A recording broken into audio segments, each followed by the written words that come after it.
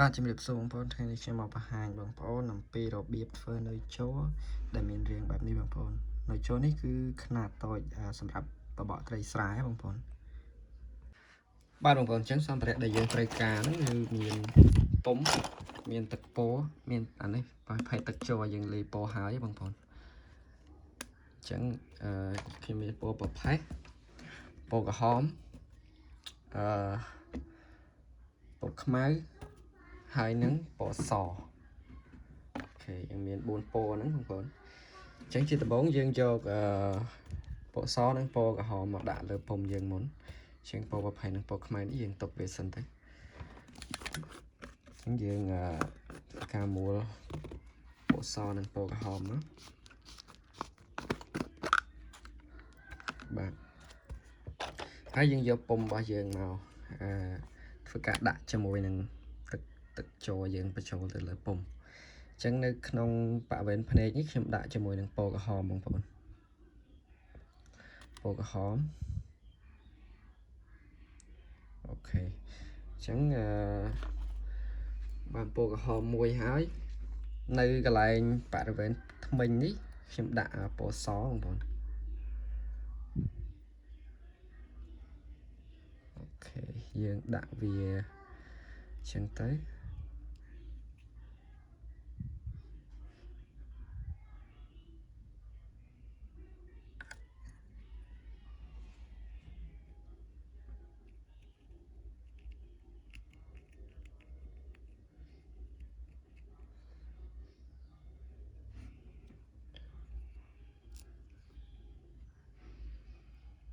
អូខេបាទ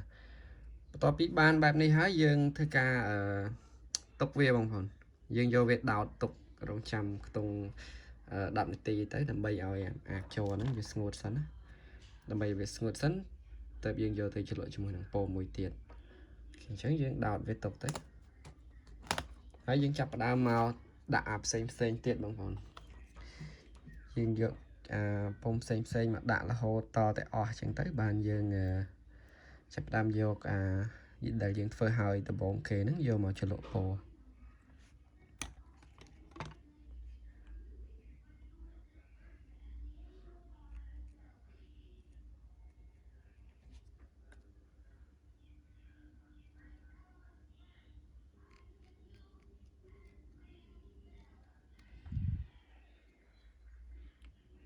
អូខេ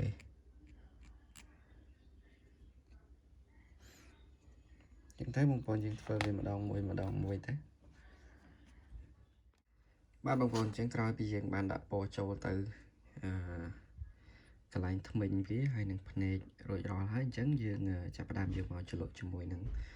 ពណ៌ប្រផេះបងប្អូនបាទយើងធ្វើការជ្រលក់វា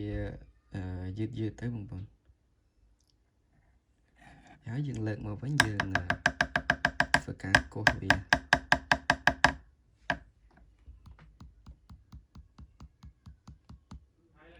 កោសវាឲ្យរាងស្ដើងបន្តិចមកបងប្អូនបាទឲ្យវារាងស្ដើងបន្តិចមកបន្ទាប់មកយើងយកទៅជ្រលក់ជាមួយនឹងទឹកបង្កកអូខេក្រោយពីយើងជ្រលក់អញ្ចឹងហើយយើងយកធ្វើការរងចាំប្រហែលជា15នាទីទើបយើងអាចជ្រលក់ជាមួយនឹងពណ៌ម្ដងទៀតបងប្អូនអញ្ចឹងយើងធ្វើការជ្រលក់វាដូចគ្នាដែរបងប្អូនពណ៌ទី1នេះ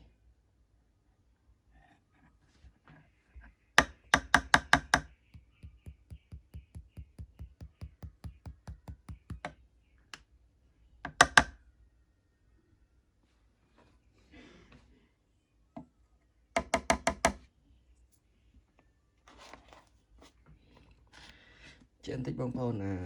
យើងជ្រលក់ហើយ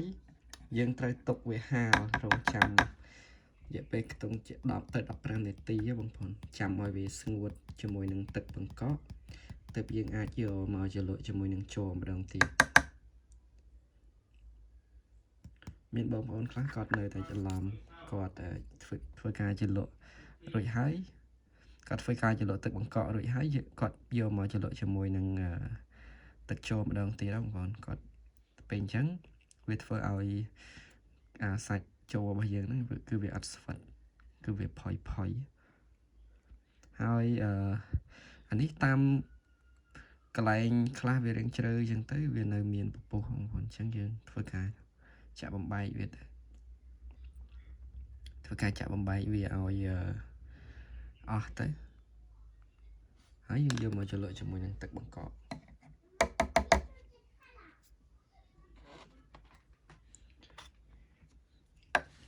ចឹងក្នុងការច្រលក់នេះយើងច្រលក់ដូចគ្នាដែរបងប្អូនហើយចាំមើលពេលស្ងួតខ្ញុំនឹងយកមកច្រលក់ពោមួយផ្សេងទៀតបងប្អូនបាទបងប្អូនអញ្ចឹងពោប្រផេះវាបានស្ងួតហើយពោទី1ដែលយើងច្រលក់ហ្នឹងបងប្អូនអញ្ចឹងពោទី2ដែលខ្ញុំយកមកច្រលក់នេះគឺពោខ្មៅយើងច្រលក់ទៅរួចហើយយើងលើកមក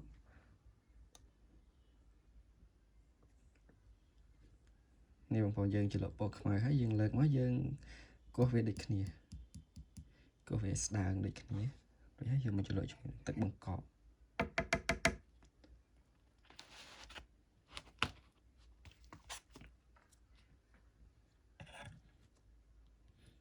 យើងច្រលក់ពោទី2នេះយើងទុកឲ្យវាស្ងួតដូចគ្នាបងប្អូនតើយើងយកមកច្រលក់ជាមួយនឹងពោមួយទៀតនិយាយទៅរាល់ការច្រលក់ពោនេះគឺយើងត្រូវទុកវាឲ្យស្ងួតជាមួយនឹងទឹកបង្កកសិនតើអាចយកទៅច្រលក់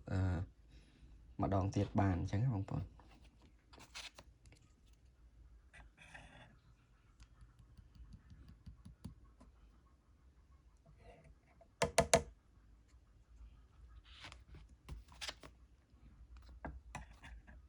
ហើយក្នុងការច្រលក់នេះយើងច្រលក់ចំនួន6ដងបងប្អូនពី5ទៅ6ដងបើសិនជាចូលបងប្អូនខាត់ខ្លាំងអានឹងយើងច្រលក់5ដងបើចូលរៀងរាវយើងច្រលក់6ដងហើយក្រោយពីយើងច្រលក់បាន6ដងយើងត្រូវទុកវាចាំក្នុង8ម៉ោងទេបងប្អូនបើសិនជាដាក់ក្នុងបន្ទប់ដូចខ្ញុំតែបើបងប្អូនហាលថ្ងៃអានឹងអាច5ម៉ោងអីអាចដកចេញពីពុម្ពបានហើយ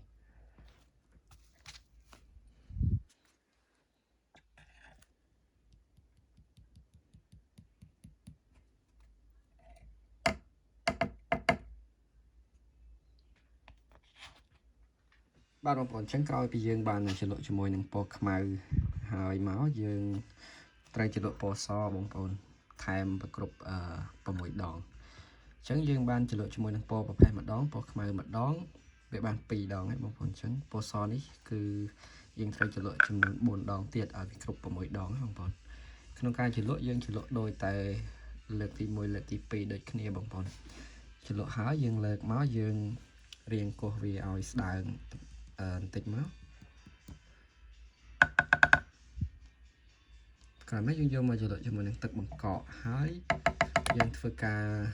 យកទៅដោតរងចាំឲ្យវាស្ងួតជាមួយនឹងទឹកបង្កកទៀតទើបយើងយកមកច្រលក់ជាមួយនឹងទឹកចូលយើងសាថ្មីអញ្ចឹងណាបងប្អូន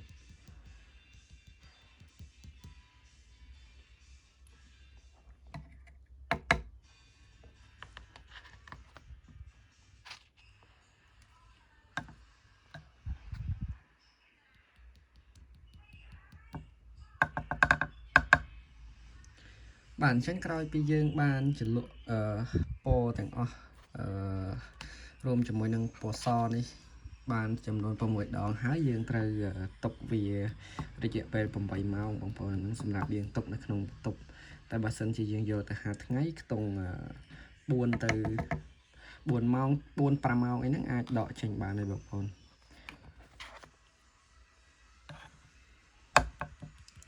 ហើយបើសិនជាបងប្អូនត្រូវការសម្ភារៈសម្រាប់ធ្វើនៅចូលនេះគឺខ្ញុំបានមានលក់បងប្អូនអាចតាក់ទងមកខ្ញុំបានតាមរយៈលេខទូរស័ព្ទដែលខ្ញុំបានដាក់នៅលើវីដេអូឬក៏បងប្អូនអាចឆាតមក Facebook Page ដែលមានឈ្មោះដូច Channel YouTube អញ្ចឹងបងប្អូន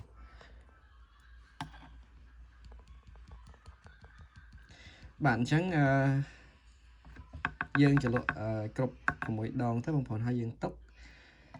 ហើយឥឡូវចាំមើលពេលដែលវាស្ងួតទាំងអស់គ្នាបងប្អូនថាយើងដកចេញមកវាមានរូបរាងបែបណាអញ្ចឹងបងប្អូន ban bông phồn trắng còi bị dương ban cho lộ về vào mỗi đón hỏi dương tục về cái tung vào mỗi pel màu ấy hỏi ở lấy dương đo pel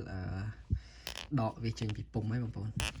trắng mấy đọ trên bị bóng dương tôi cả đọ chờ chờ cả dương trên máu rồi hỏi dương vô cái tay máu dương cắt anh trên cái tay ở sơ một bông phồn trắng còi bị dương cạnh trắng dương vô đại dương tiền trên bông phồn tiền về bờ lọt song khang chứ có dương rinh về trình mình chứ ok này bằng phone chẳng về trình máu với miền rụp bìnhแบบนี้bằng phone chỉ mình đọc một tiết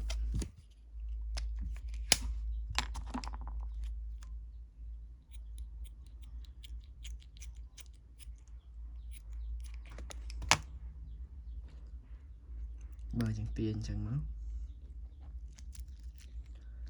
okนี่อันนี้ยังไงประกาศบ้านไหนบางคนกรอนแต่ยังอยู่พลายmáuตลาดหายังđã bị trâu tới cứ ai praบ้านnày បាទបងប្អូនអញ្ចឹងវីដេអូនេះមានប៉ុណ្្នឹងឯងបងប្អូនអរគុណសម្រាប់ការតាមដានទស្សនាហើយបើបងប្អូនមានចម្ងល់អីអត់ទាន់យល់កន្លែងណាបងប្អូនអាចឆាតសួរខ្ញុំបានតាមរយៈ Facebook ដែលខ្ញុំមានដាក់នៅក្នុង description ឬក៏បងប្អូនអាច search នៅក្នុង YouTube នៅក្នុង Facebook ឈ្មោះដូច channel YouTube អញ្ចឹងបងប្អូនឆាតមកអាចសួរបើបងប្អូនមានចម្ងល់ឬក៏បងប្អូនចង់តាក់ទងទិញប្រភេទឈុតយកទៅធ្វើនៃចរនេះក៏បានដែរក៏ខ្ញុំមានលក់ដែរបងប្អូនអាច call មកខ្ញុំតាមរយៈលេខទូរស័ព្ទដែលខ្ញុំដាក់នៅលើវីដេអូហ្នឹងឬក៏អាចឆាតមកបានដូចគ្នាបងប្អូនបាទអញ្ចឹងវីដេអូហ្នឹងមានប៉ុណ្្នឹងឯងបងប្អូនអរគុណជម្រាបលាបងប្អូន